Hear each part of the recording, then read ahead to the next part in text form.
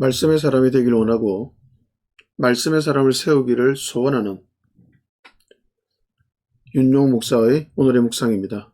2020년 4월 25일 오늘의 묵상은 에스겔 43장을 본문으로 성전의 비밀을 풀어야 할까라는 제목으로 묵상했습니다. 첫 번째, 비밀을 푸는 종교? 라는 의문을 던짐으로 묵상을 시작했습니다. 선지서는 알 수 없는 비유나 환상들이 많습니다. 사람들은 그 비유나 환상들에 무슨 비밀이 있을 것이라고 생각하고 그 비밀에 관심을 많이 가지는 것 같습니다. 남들이 모르는 비밀을 많이 알수록 남들보다 우월한 존재가 되는 듯 생각하는 것일까요? 아니면 비밀을 알아야 구원받는다고 생각해서일까요? 그 비밀들을 반드시 풀어야 하는 것일까요, 과연? 특별히 자신은 그 비밀을 푼다는 사람들이 많은데 장담컨대 비밀을 푼다는 사람치고 정상적인 사람은 없다고 봐야 할 것입니다. 비밀을 강조할수록 이상한 사람일 확률이 높고 심지어 이단일 가능성이 높습니다.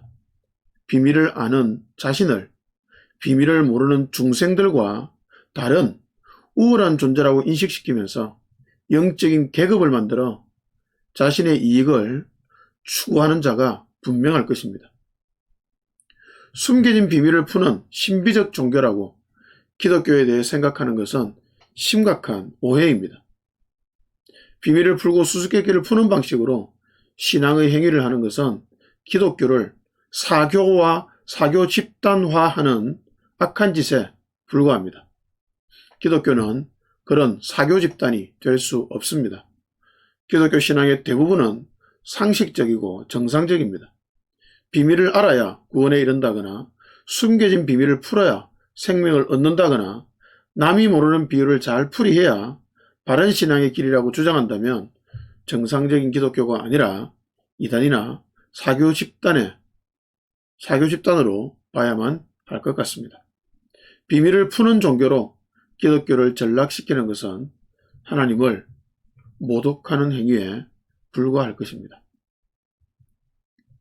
그러면 비밀을 풀지 않으면 어떻게 한다는 말일까요? 성경에서 비밀이나 풀리지 않는 비유 등은 어떻게 해야 되는 것일까요? 기본적인 원리가 베드로후서에 나옵니다. 여러분이 무엇보다도 먼저 알아야 할 것은 이것입니다. 아무도 성경의 모든 예언을 제멋대로 해석해서는 안 됩니다. 라고 베드로후서 1장 20절에 말하고 있습니다.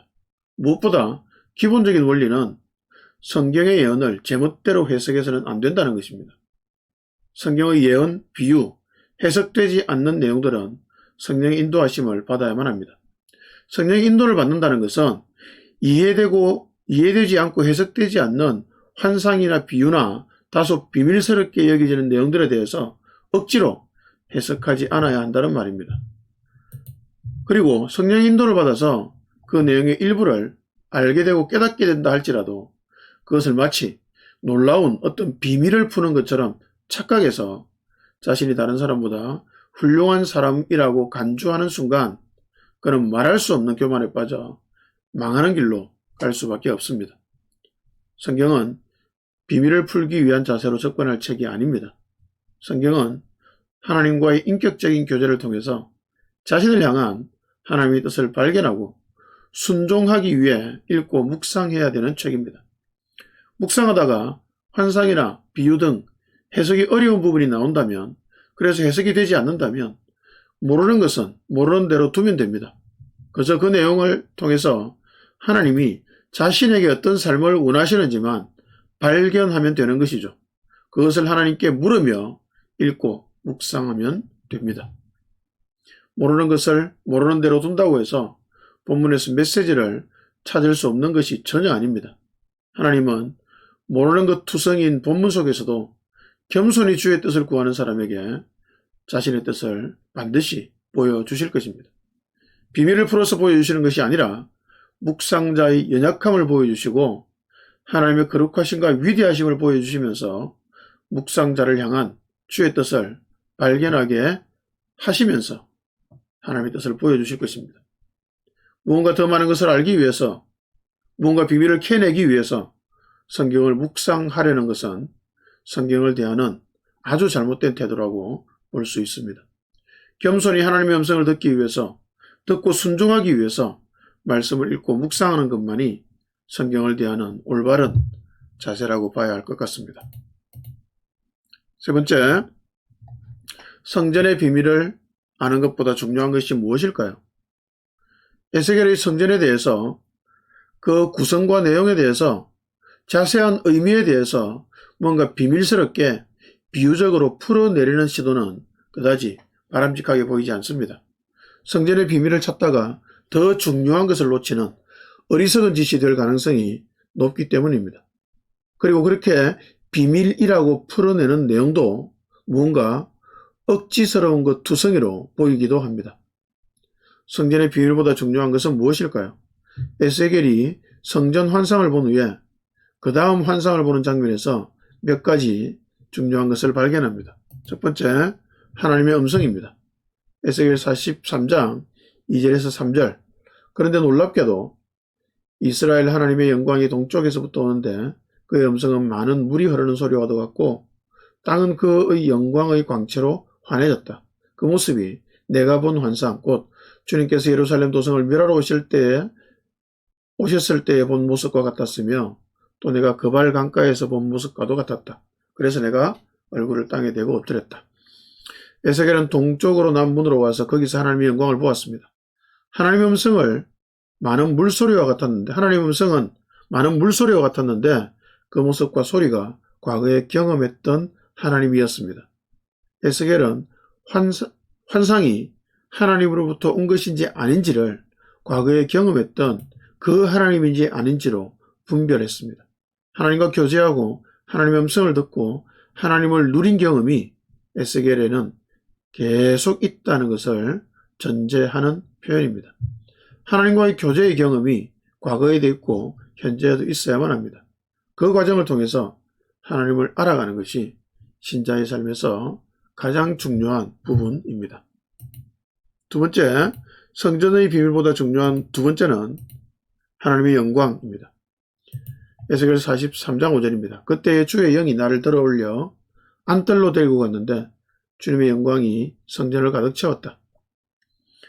성전이 성전인 이유가 나옵니다. 건물로서의 성전을 아무리 잘 짓는다 해도 그 내용의 구성물을 하나님이 말씀하시는 대로 한치도 어긋남 없이 만들어서 넣는다고 해도 하나님의 영광으로 채워지지 않는다면 그건 성전이 아닙니다.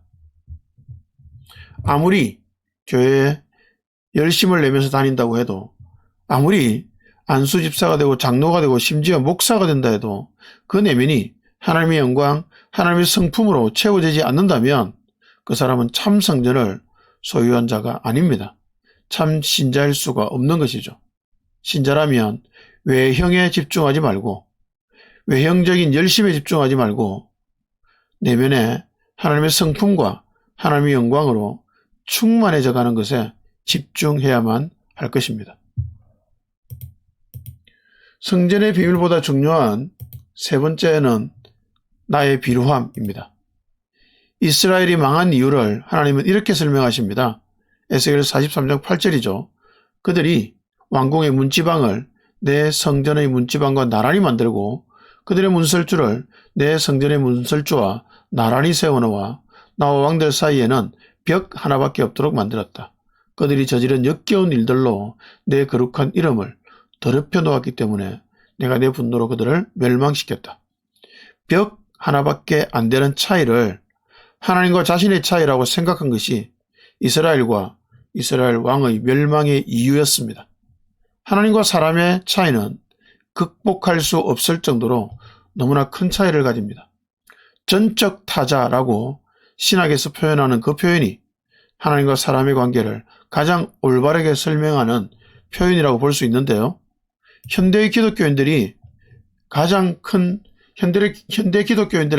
위험성이 하나님과 자신의 사이를 마치 벽 하나 차이밖에 나지 않는다고 생각한다는 점입니다. 하나님을 너무 쉽게 생각하는 거죠. 하나님을 가볍게 대해도 되는 존재로 생각하는 것입니다. 그렇게 하나님을 가볍게 생각하기 때문에 자신의 삶을 함부로 살아가게 되는 것이죠. 거룩이란 분리를 뜻합니다. 하나님과 내가 얼마나 많이 분리된 존재인지, 나는 얼마나 죄인이며 하나님은 얼마나 거룩하신지를 알아가는 것이 거룩의 기본입니다. 나의 비루함, 나의 찌질함, 나의 죄인됨을 깊이 알아가는 것이 올바른 신앙의 방향이죠.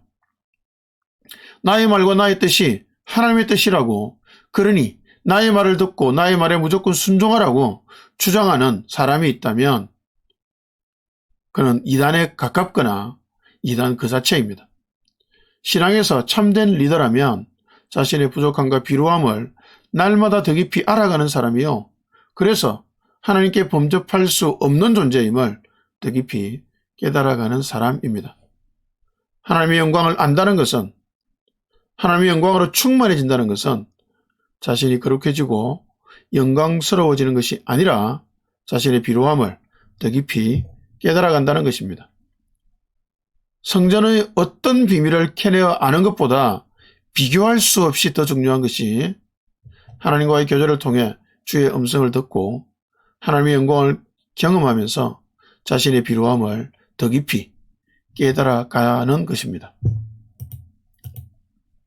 세 번째, 저 자신에게 적용해 보았습니다. 말씀 묵상 온라인 세미나 둘째 날 강의를 어젯밤에 했습니다. 참여하신 분들이 간절함과 갈급함을 보여주셔서 참으로 감사하는 마음이 컸습니다. 초신자에 가까운 남편과 함께 묵상 세미나에 참석했는데 남편이 감탄사를 연발하면서 강의를 들었고, 강의를 마치고 나서는 말씀 묵상을 해보고 싶다고 아내와 함께 말씀 묵상을 하자고 말을 했다고 합니다. 아내분이 그렇게 부탁하고 강요해도 눈꽃만큼도 말씀에 관심이 없던 분이었기에 아내분도 많이 놀랍다고 하시며 저에게 감사의 인사를 하셨습니다. 한 사람이 말씀에 관심을 가지게 되었다는 사실이 눈물이 날 정도로 감사했습니다. 그런데 그 감사를 제가 받는다는 사실이 모순되다는 생각이 들었습니다. 그 감사는 당연히 하나님이 받으셔야만 합니다. 아내분께는 감사하다고 인사를 드렸지만 저의 감사는 하나님을 향했습니다. 저의 찌질함, 저의 비루함, 저의 죄인됨을 저는 너무나 잘 알기 때문에 그렇게 되는 것이 저의 공로가 아님을 너무나 잘 알기 때문이기도 합니다. 그런데 묵상 강의의 내용 중에 저의 찌질함과 비루함을 고백하고 말씀이 저를 살렸음을 나눌 뿐인데, 말씀을 묵상하는 어떤 과정이 저를 살렸는지 고백하고 나눌 뿐인데 이런 기적 같은 일이 일어나는 것이니 저는 그저 감사하고 감사할 뿐입니다. 저의 비루함과 하나님의 영광이라는 그 엄청난 대조가 이렇게 함께 어우러질 수 있음이 이해하기 어려운 기적입니다. 참석자들이 감동을 받은 고백들을 댓글로 남겨주시는 것을 보면서 제가 그 영광을 취한다면 저는 순식간에 망하고 말 것입니다. 그렇게 되지 않기 위해서 저는 무엇을 해야 되는 것일까요? 그렇게 되지 않기 위해서 저는 어젯밤 늦게 강의를 마치고 오늘은 오전에 강의를 해야 함에도 더 늦게 잠자리에 들면서 잠자리에서 오늘 아침 묵상할 말씀을 읽었습니다. 그리고 오늘 아침 일찍 일어나서 말씀을 본격적으로 묵상을 했습니다. 이렇게 하는 것은 아침에도 밤에도 말씀에 붙들리는 것만이 저를 지켜주는 것임을 제가 잘 알기 때문입니다. 사람들이 좋게 봐주시는 그 모습이 진짜 제가 아니라 말씀을 펼쳐들고 말씀 안에서 보는 제가, 말씀 앞에서 벌거벗은 모습으로 드러나는 제가 진짜 저 자신임을 잘 알고 있기 때문입니다. 말씀 묵상 세미나는 참여하신 분들만 살리는 것이 아니라 강의를 하는 저도 살립니다. 저는 매번 세미나 할 때마다 새롭게 살아나는 것을 느낍니다. 그러나 그 세미나를 통해서 얻는 그 살아남을 쏟아부을 곳은 따로 있습니다. 매일 아침 말씀을 온 마음을 다해 묵상하는 바로 그곳이죠. 말씀을 묵상하는 매일의 시간을 통해서 저를 향한 하나님의 음성을 듣고 하나님의 영광을 보고 저의 비루함을 봅니다. 하나님과 저의 존재됨의 근본적 차이가 전혀 극복될 수 없음을 발견합니다. 그래서 그저 주의 긍휼만 구하게 됩니다. 그 시간들이, 말씀 앞에서 누리는 그 의미들이 매일 저를 살립니다. 그래서 저는 말씀 앞에서 아침마다 새롭게 살아납니다. 말씀 묵상 세미나 마지막 날 강의에도 주의 은혜가 강의하는 저와 참여하신 모든 분들에게 가득하길, 그래서 말씀을 통해 하나님의 음성 듣기를 사모하는 마음이 되길, 하나님의 영광과 자신의 필요함의 차이를 깊이 발견해서 주의 긍휼을 간절히 구하는 마음이 되기를 간절히 소원하는 아침입니다. 말씀 안에서 하나님의 음성을 듣고 하나님의 영광과 자신의 필요함의 차이를 깊이 발견해서 하나님의 긍휼을 간절히 구하는 하루 되시기를 축복합니다. 아멘.